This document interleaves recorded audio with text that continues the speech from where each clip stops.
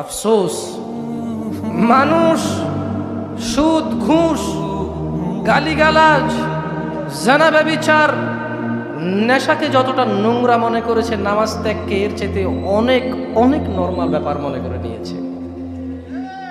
আফসোস লাগে তখন যখন দেখি মুসলিম সমাজে মুসলিমের সামনে বক্তব্য দিতে এসে এই এলাকার জুমা মসজিদগুলো ফুল হয়ে যায়, আসরের সময় খালি দেখা যায়।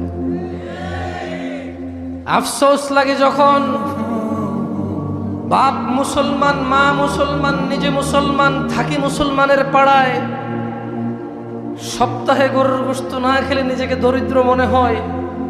মুসলমান হিসেবে গরু খাওয়া হালাল, শুকর খাওয়া হারাম, এতটুকু বুঝি। নামাজ ত্যাগ করলে ইসলাম ওই ব্যক্তির মধ্যে থাকে না, ও ব্যক্তি মুনাফিকে রূপান্তরিত হয়ে কুফরে